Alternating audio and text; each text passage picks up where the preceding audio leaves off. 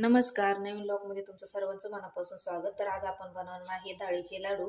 तर मी ही किराणा दुकानातून डाळ आणलेली आहे. तर 1 किलो डाळ घेतलेली आहे आणि ही एक दिवस उन्हामध्ये वाळत घातली होती. आता ही आपण दळून घेऊया गिरणीमधून. तर आपण थोडीशी जाडसर दळून आणणार आहोत, रवा टाईप. मग त्याचे खूप छान असे लाडू तयार होते. तर चला आता दळून आणूया. तर बघा मी दळून आणलेलं आहे. तर हे बघा आपल्याला असं जाडसर असं दळून आणायचं आहे. तर आता आपण हे चाळून घेऊया. तर बघा मी चाळणीने चाळून घेतलेलं आहे. थोडंफार काहीतरी त्याच्यामध्ये येतं गिरणीमधलं, तर त्याच्यामुळे चाळून घ्यायचं आहे आपल्याला पीठ. तर आता आपण टाकूया थोडंसं मीठ आणि थोडंसं तेल टाकूया आणि आता हे मिक्स करून घेऊया तेल. तर बघा एकजीव करून घेतलेला आहे आणि तुम्ही विकतचं पण पीठ घेऊ शकता. तर आता हे मिक्स करून झालेलं आहे. तर आता आपल्याला हे थोडं थोडं पाणी टाकून पीठ मळून घ्यायचं आहे. जे आपण गव्हाला पीठ मळतो तसंच पीठ आपल्याला हे मळून घ्यायचं आहे. तर बघा मी असा गोळा बनवून घेतलेला आहे. तर जाडसर पीठ आहे त्याच्यामुळे आपल्याला असं हाताला जास्त चिटकलेलं नाही आहे. तर आता नॉर्मल थोडंसं तेल टाकून घेऊया आणि याला सगळ्याला लावून घेऊया असं. तर बघा मी असा गोळा बनवून घेतलेला आहे. तरी बघा असा गोळा पाहिजे आपल्याला. तर आता याच्यातून आपल्याला थोडंसं घ्यायचं आहे आणि असा गोल उंडा करून घ्यायचा आणि याला तेल लावायचं किंवा तूप लावायचं आणि लाटून घ्यायचं. तर बघा मी पोळपाट लाटून घेतलेलं आहे. हे बघा असं आपल्याला लाटून घ्यायचं आहे. तरी बघा आपल्याला अशी लाटून घ्यायची आहे. लय जाड नाही लय बारीक नाही. तर अशाच प्रकारे आपल्याला छोटे छोटे उंडे घेऊन त्याला थोडंसं तेल किंवा तूप लावून आपल्याला अशा पुऱ्या लाटून घ्यायच्या आहे. पिठाचा अजिबात वापर करायचा नाही आपल्याला. तर हे बघा असं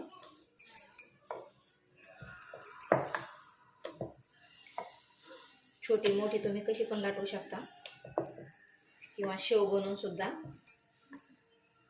तर हे बघा अशा प्रकारे आपण आता सगळ्या लाटून घेऊया. तर बघा मी सगळ्या लाटून घेतलेल्या आहे. तर आपण आता तळून घेऊया. तर बघा मी कढईमध्ये तूप टाकून घेतलेलं आहे. तुम्ही तेलात पण तळू शकता. तर आपण गॅस ऑन केलेला आहे. तूप पण तापलेलं आहे. तर आपण थोडंसं कण टाकून पाहूया तापलं काय. तर अजून थोडंसं राहिलेलं आहे. थोडंसं तापून देऊया आपण अजून. तर बघा तूप तापलेलं आहे. तर आपण आता एक एक सोडून घेऊया. तर बघा मी पलटी करून घेतलेली आहे. तर हे बघा कशी टम्म फुगलेली आहे. तर बघा आपल्याला असा कलर येऊन द्यायचा आहे म्हणजे तळलेली आहे. तर आता आपण ही काढून घेऊया आणि अशाच प्रकारे आपण आता या सगळ्या पुऱ्या तळून घेऊया. तर हे बघा मी पुऱ्या तळून घेतलेल्या आहे सगळ्या. तर आपल्याला याचे काय करायचं आता असे तुकडे करून घ्यायचे आणि मिक्सरला बारीक करून घ्यायचे. तर गरम असतानाच आपल्याला हे करून घ्यायचे आहे कारण थंड झालं त्या कडक होत्या. त्याच्यामुळे आता हे गरम गरमच आपल्याला तुकडे करून घ्यायचे. तर हे बघा आपल्याला असं बारीक करून घ्यायचे आबडधोबडच. आणि आता मिक्सरला फिरून घ्यायचं आहे थोडं थोडं टाकून.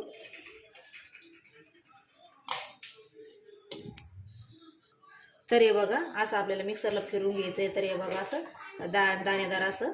आणि वाटलं तर नाहीच हे झालं तर आपल्याला आहे ना चाळणीने चाळून घ्यायचं. थोडं पण राहिलं त्याच्यामध्ये तर आता असं चाळणीने चाळून घ्यायचं. आपल्याला शेकतो तर राहिलेलंच नाही पण राहिलं तर आपल्याला हे असं चाळणीने चाळून घ्यायचं. जाडसर चाळणीने चाळायचं आहे आपल्याला म्हणजे रवा टाईप आपले लाडू तयार होतील.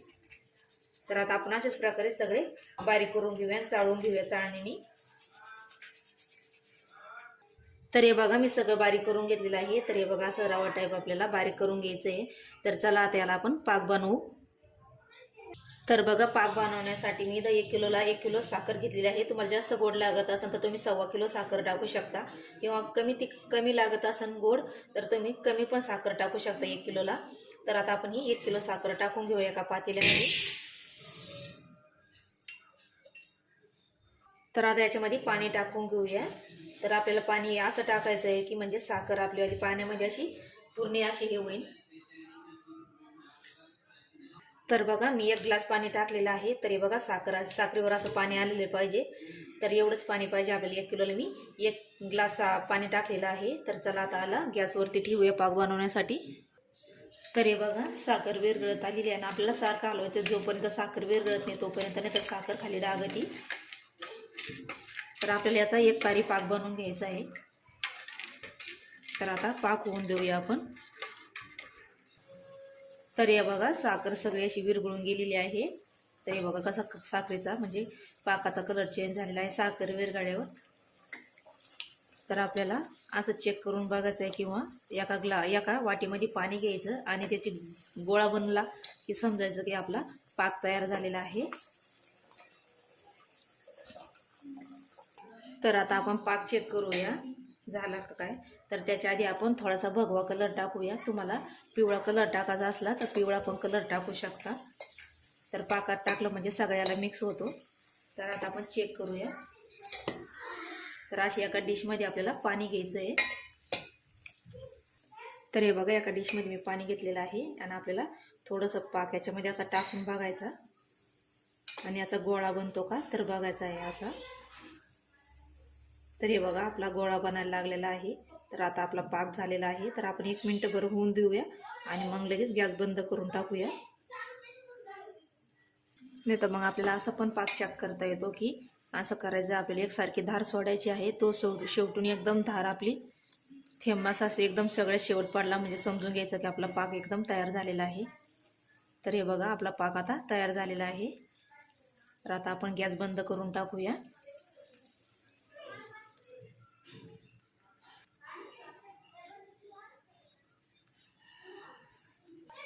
तर हे बघा सगळ्यात शेवट थेंब पडलेला आहे.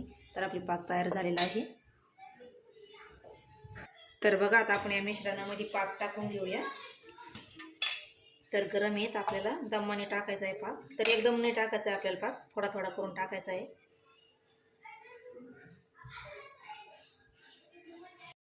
तर बघा मी सगळा पाक टाकून घेणार आहे कारण एवढा पाक आपल्याला लागणार आहे आणि मिक्स करून घ्यायचं आहे. तर याच्यामध्ये टाकून घेऊया आपण विलायची पावडर आणि मिक्स करून घेऊया. तर हे बघा मिक्स करून झालेलं आहे. तर इथं आपण काजू बदाम आणि पिस्ता घेतलेला आहे. तर तो थोडासा आपण तेलामध्ये किंवा तुपामध्ये फ्राय करून घेऊया. तर बघा मी तीच कढई ठेवून घेतलेली आहे आणि आता तूप पण ठेवलेलं आहे त्याच्यामध्ये 1 चमचाभर छोटा. तर आता आपण हे सगळं टाकून घेऊया याच्यामध्ये थोडं थोडं आणि आता लगेच गॅस बंद करून टाकूया म्हणजे गरम आहे. तर आपल्याला हे तुपासोबतच टाकायचं आहे.